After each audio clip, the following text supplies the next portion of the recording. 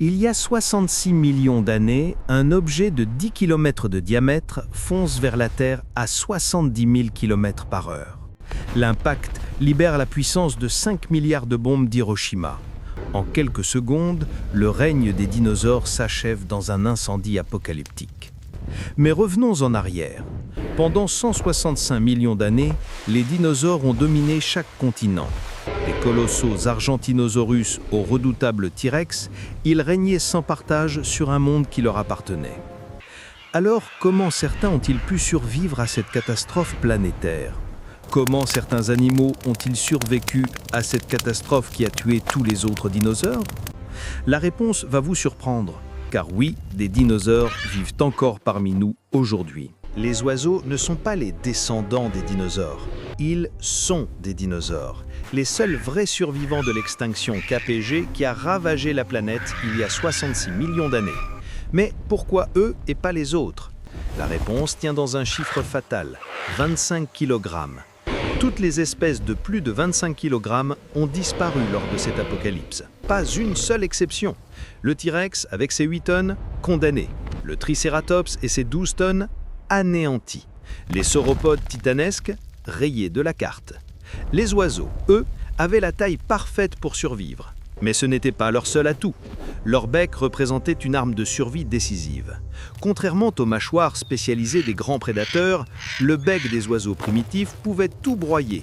Graines, insectes, charognes, débris végétaux. Quand l'écosystème s'est effondré et que la nourriture habituelle a disparu, ils ont pu s'adapter instantanément. Leur métabolisme était une machine parfaitement calibrée. Les grands dinosaures avaient besoin d'énormes quantités de nourriture pour maintenir leur masse corporelle. Un T-Rex adulte devait ingérer plusieurs centaines de kilos de viande par jour. Quand les herbivores ont commencé à mourir, les carnivores géants ont suivi. Les oiseaux, avec leur métabolisme plus efficace, survivaient avec une fraction de ces besoins. Et puis il y avait le vol. Cette capacité leur donnait un avantage décisif sur leurs cousins terrestres. Ils pouvaient fuir les zones dévastées, traverser les océans de feu, échapper aux retombées. L'impact initial ne fut que le début du cauchemar. Quand l'astéroïde percuta la péninsule du Yucatan, il créa instantanément un cratère de 180 km de diamètre. La roche fondue jaillit dans l'atmosphère, formant des montagnes temporaires de 40 000 mètres de haut, 5 fois l'Himalaya. Mais le véritable massacre commença dans les minutes suivantes. Des tsunamis de 1500 mètres de hauteur déferlèrent sur les continents, rasant tout sur leur passage. Ces vagues titanesques traversèrent l'Amérique du Nord de part en part, car à l'époque, le Panama n'existait pas encore. Une mer intérieure coupait le continent en deux, permettant aux eaux déchaînées de tout anéantir jusqu'au territoire des T-Rex à 3000 km du point d'impact. Les tremblements de terre qui suivirent dépassaient tout ce qu'on peut imaginer. Magnitude 10 sur l'échelle de Richter, une puissance qui fit trembler la planète entière. En Argentine, à l'opposé du globe, le sol se souleva de plusieurs mètres, oscillant comme un navire en pleine tempête pendant des minutes interminables. L'impact réveilla les volcans endormis. En Inde, les trappes du Deccan entrèrent en éruption avec une violence inouïe. Pendant 30 000 ans, ces volcans crachèrent 1 million de kilomètres cubes de magma. L'atmosphère se chargea de soufre, de cendres et de gaz toxiques. La Terre disparut sous un linceul de fumée empoisonnée. Le pire restait à venir, l'hiver d'impact. L'astéroïde avait percuté la pire zone possible, une région riche en soufre et en roches sédimentaires. L'explosion vaporisa d'immenses quantités de ces matériaux, créant un nuage toxique qui enveloppa la planète. Plus de lumière solaire n'atteignait la surface. Les plantes moururent en masse. Sans photosynthèse, l'écosystème s'effondra comme un château de cartes. Les herbivores, privés de végétation, périrent les premiers. Les carnivores suivirent rapidement car leur proie avait disparu. Seuls survécurent ceux qui pouvaient se nourrir de débris, d'insectes et de charognes. La température globale chuta de 26 degrés. Un froid polaire s'installa pendant 2 longues années. Mais l'enfer n'était pas terminé. Quand les poussières retombèrent enfin, l'effet de serre du CO2 et du méthane relancé par les volcans transforma la planète glacée en fournaise. 8 ans après l'impact, la température dépassait celle d'avant la catastrophe. Les océans devinrent des bains d'acide. Les plus acides rongèrent les coquilles des ammonites. Ces mollusques qui peuplaient les mers depuis des millions d'années disparurent sans laisser de traces. 90% du phytoplancton marin fut anéanti. Les chaînes alimentaires sous-marines s'écroulèrent. Cette apocalypse dura 32 000 ans. 3 décennies de millénaires où la Terre ressemblait à un monde alien hostile à toute vie complexe.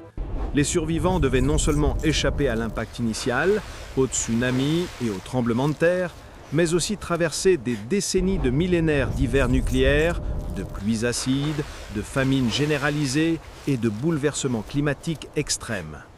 75% des espèces animales disparurent, mais 25% survécurent.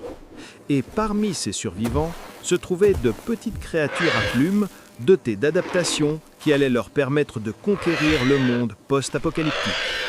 Ces dinosaures ailés possédaient les clés de la survie que leurs cousins géants n'avaient pas. Dans ce chaos planétaire, seules certaines stratégies permettaient de survivre.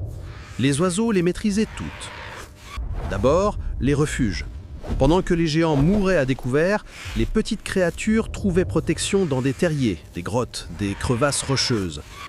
Les oiseaux primitifs nichaient dans des cavités naturelles qui les protégeaient des radiations thermiques et des retombées toxiques.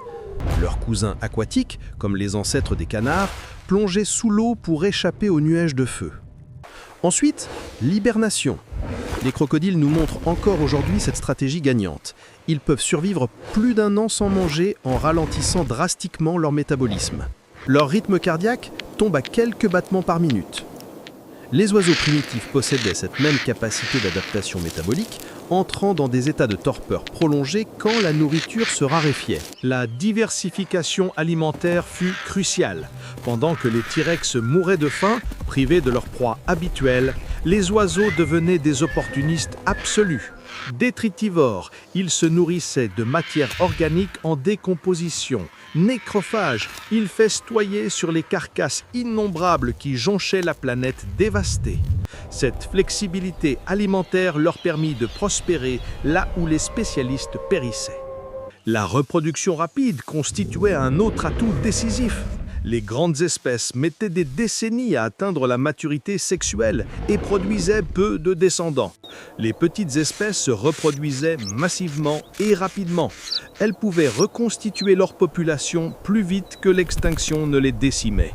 Les zones refuges géographiques offrirent des sanctuaires. La Nouvelle-Zélande, située à l'opposé du point d'impact, subit moins de dégâts que les autres continents. Les chercheurs y ont découvert des fossiles extraordinaires.